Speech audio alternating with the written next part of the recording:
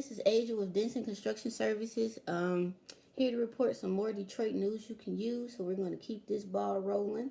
All right, next up we have an $8.3 million project which seeks to revive the Livernois 7-mile corridor in Detroit. This is going to be an $8.3 million project to redevelop the intersection of Livernois and 7 Mile. It's going to be a mixed-use development to have commercial space and 10 residential units. The MEDC is contributing $1.3 million. That's the Michigan Economic and Development Corporation. The investment group buys the St. Regis Hotel. Now, St. Regis Hotel has been a predominantly black-owned hotel in the city of Detroit for my whole life, and another big development group that's African-American owned has purchased it. They're going to plan to renovate 125 rooms. It gives a new hope for the new center landmark. It's huge. It's right on the corner of the boulevard and Woodward. It has beautiful architecture. It's a beautiful building. I've never personally stayed in the room, but I have been in there and attended different conferences and meetings, and it's just beautiful. The group plans to invest $6 million into the renovation. The new owners are the Detroit-based Invictus Equity Group, is betting that a $6 million capital infusion in the hotel's proximity to the Henry Ford Health System will undergo new construction. To the Henry Ford Health System, the under construction new Detroit Pistons practice facility to the south, and other institutions will pay off as the area around West Grand Boulevard continues to catch the eye of real estate investors. So the new center area has always been a dope area. You have the Fisher Theater there, the Cadillac Building, which is General Motors. Another one of their here. I don't know if it's the official headquarters because you have the Renaissance, but they have a lot of business going on in there. And you have the Michigan State Troopers. Their headquarters is also over there as well. So that's dope. More than a dream come true. Big Sean, the rapper, says the opening of the Detroit movie theater with Imagine. So Imagine Theater is a pretty well-known Michigan company. They have movie theaters throughout the state. They have it's very, very nice. It's kind of like the AMC with the nice recliner chairs and stuff. But the rapper Big Sean and the company have partnered together and are going to have a movie theater in Detroit. That is amazing. I'm tired of going to the suburbs all the time to watch a movie. I would love to just be able to go downtown or wherever and go see a movie. The last movie theater that I've known in Detroit was in the Detroit Renaissance Center. It used to be a movie theater in there because that was the spot in high school. I'm not sure when it closed or even if it's still open, but this is amazing. The exact location has not been stated yet. Plans will be 10 to 12 movie screens and space for even live shows. But they have been buying in the Milwaukee Junction area, which is between Milwaukee and Brush Street. So maybe it'll be over there, which would be dope. It's kind of like almost Midtown, but not. So a partially collapsed building is going to be renovated in a $4 million mixed-use project. It's going to be a total of 4 buildings in the southwest Detroit to be redeveloped. It's going to be 20 lofts, retail and restaurant spaces. Warehouse development specializes in historic renovations.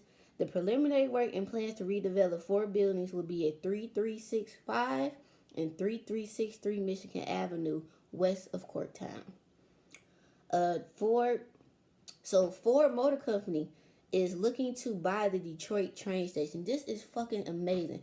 All right, if y'all know about the Grand Michigan Detroit station, it's right off Michigan Avenue in Corktown, and I think that's it's not 12th, but whatever the street is past 12th. But anyway, so they replaced all Manny Maroon and them been owning that building for who knows how long, and that building is probably 100 plus years old, but the architecture in there is amazing. So I hope if Ford does buy this and they renovated that they try to maintain as much of the historical piece as they can, which I think they kind of have to because I think that is listed as a historical landmark.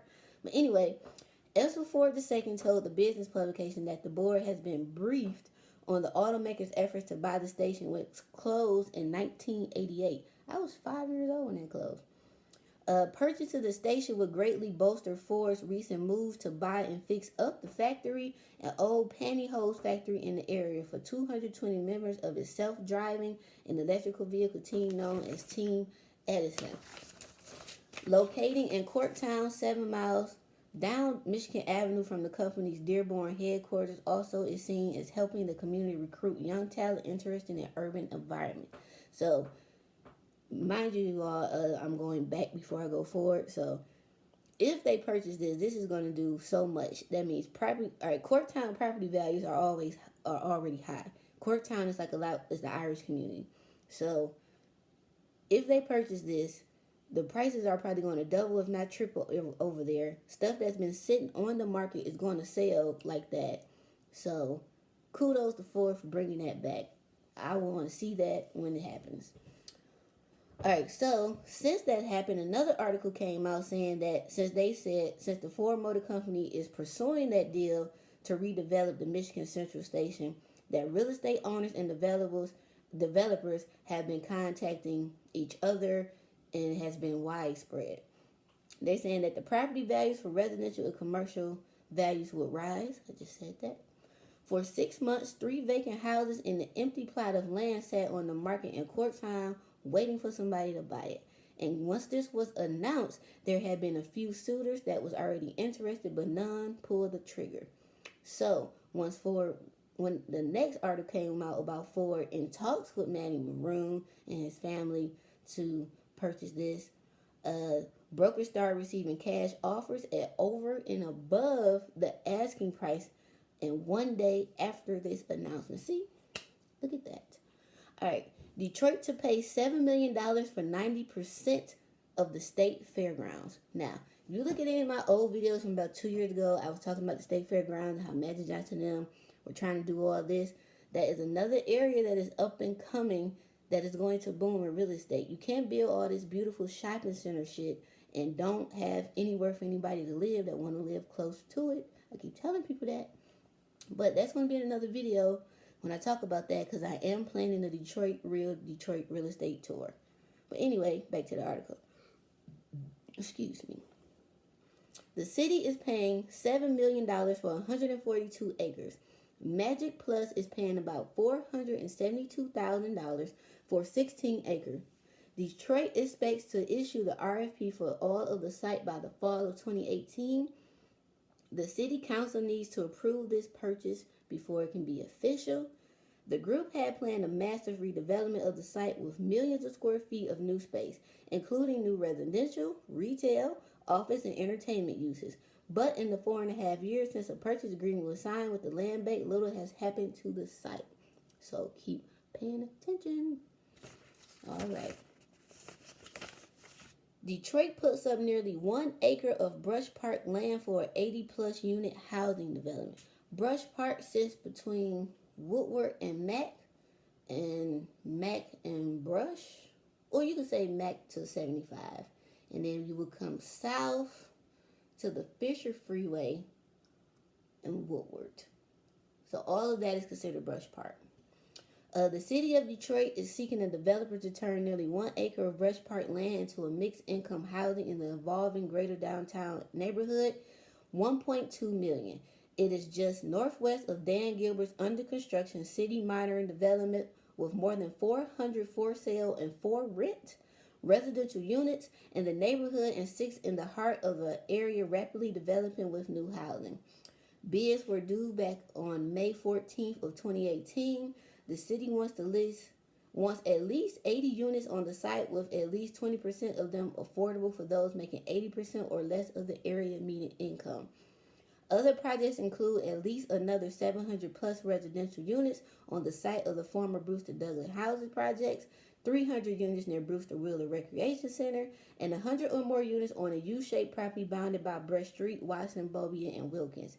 Detroit-based Broder and Sachet Real Estate Services completed 199 units, $65 million to Scott alarm going off, at Brush Park Development in 2016.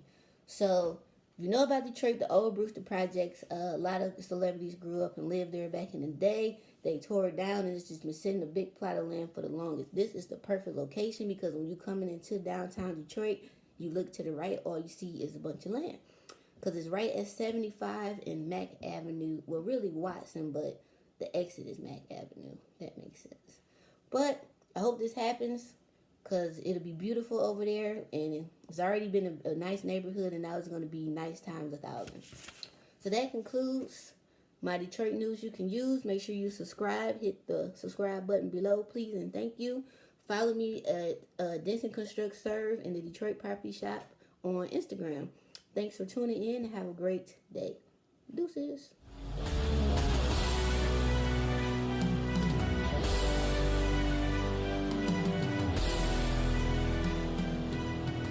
Detroit verse, everybody.